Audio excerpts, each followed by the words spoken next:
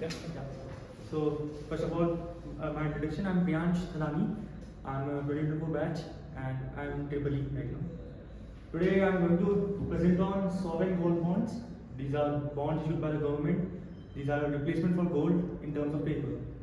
So let's talk about the introduction, basic introduction. Sovereign gold bonds were basically issued by RBI. It started in 2015. So the problem was we were importing gold.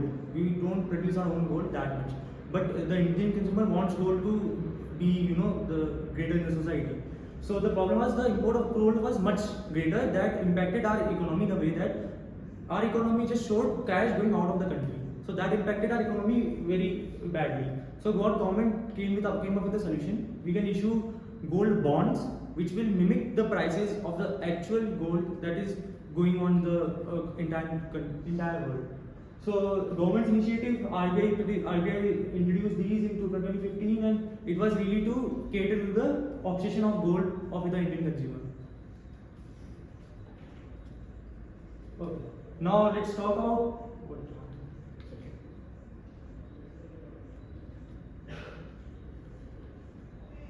okay. Press home. Okay. Different ways of buying gold. Let's first go to them. Why SGBs are so great.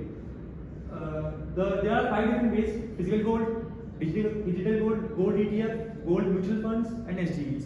So let's go by one by one.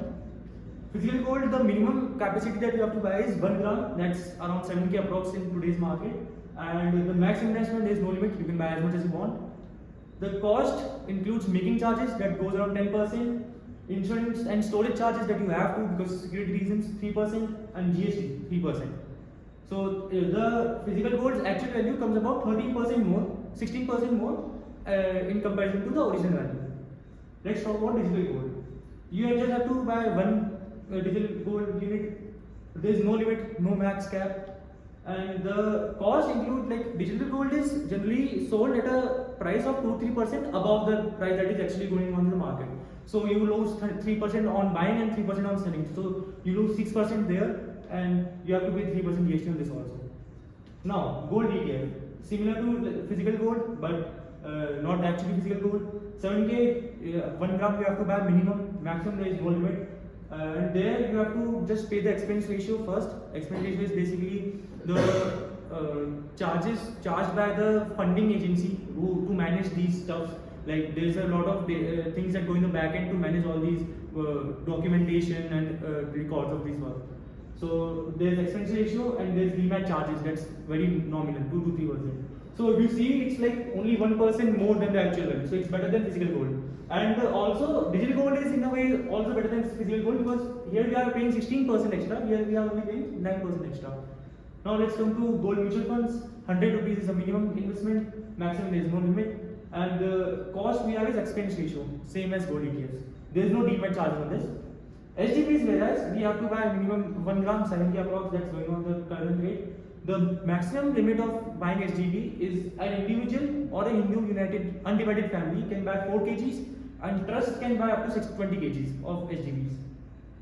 And there is no cost. So SGBs are the way to go. Like why didn't SGB just blow out? The reason is SGBs take 5 years to mature. You can't cash out SGBs before 5 years. We want to cash out SGBs before 5 years. You have to go to secondary stock markets like stock exchange and stuff. And stock exchange is really great, but there's no liquidity for SGBs in stock exchange. Now you might ask why it's that. Because since 2016 to January 2023, RBI issues SGBs every single month.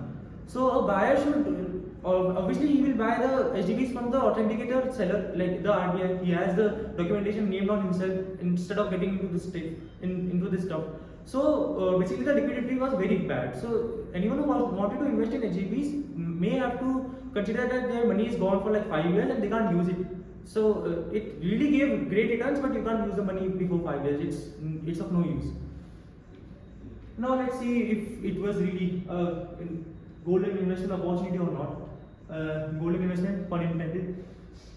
So it was a safe investment. Of course, it was issued by RBI, so it's the way to go. There is no like duplicates or no theft that can happen with no scam. Government concerns was the rate of gold actually went up and down really quickly. Like the government didn't expect it to pay out so much returns. Like basically, if I explain you what SGB is, government pays you 2.5% annual interest. So let's take if you have 1 lakh rupees in investment, you get 2500 annually from government and the increased in price. So let's say your 1 lakh gold turns into like 1 lakh 20,000. So now your principal amount is 1 lakh 20,000. So it's gold, it's not money. And also, okay, so if you have a family marriage, your mother can't pay the SGBs to the marriage. We need to have physical gold to embrace ourselves.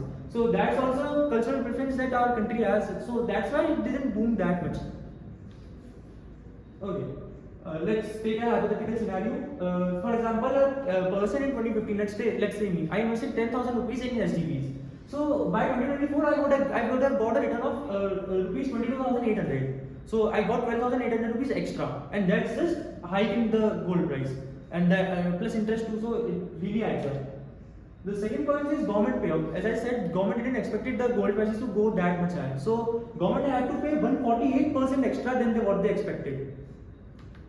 The third thing is it's almost a similar point. Like government concerned that in the future, if they continued giving SGBs, the gold price even might go up and higher, and they might also lose something. Okay, what is some statistics? Gold prices from 2015 to 2024 increased by 180%. And the investor got benefited from that. If I'm getting 180% return, I mean, why not? But it took too much time. Like if you see, it took almost 9 years. So no liquidity if you want great returns. The third one is government payout. As I said, the government had to pay 148% more than what they expected. Okay, is the government reconsidering SGBs? So as I said, the government only issued SGBs till January of 2023. They stopped after that. Why is that? Because they had to pay extra, and the rising cost of gold are really concerning for them because they have to pay for that, and we are not accountable for the growing price of gold and gold price volatility, as I said. So the conclusion is, SGBs are a great thing to invest in for investor from investor perspective. Like if you have money lying around, why not invest in SGBs that gives you 2.5 return annually and the increasing gold prices? And we know gold prices increases like almost every day, most of the time. So that's why SGBs are a really great thing to have. But the government, it isn't so good for them as they have to pay extra. So that's really end of my PPT, and that's it. I'll cut it so you can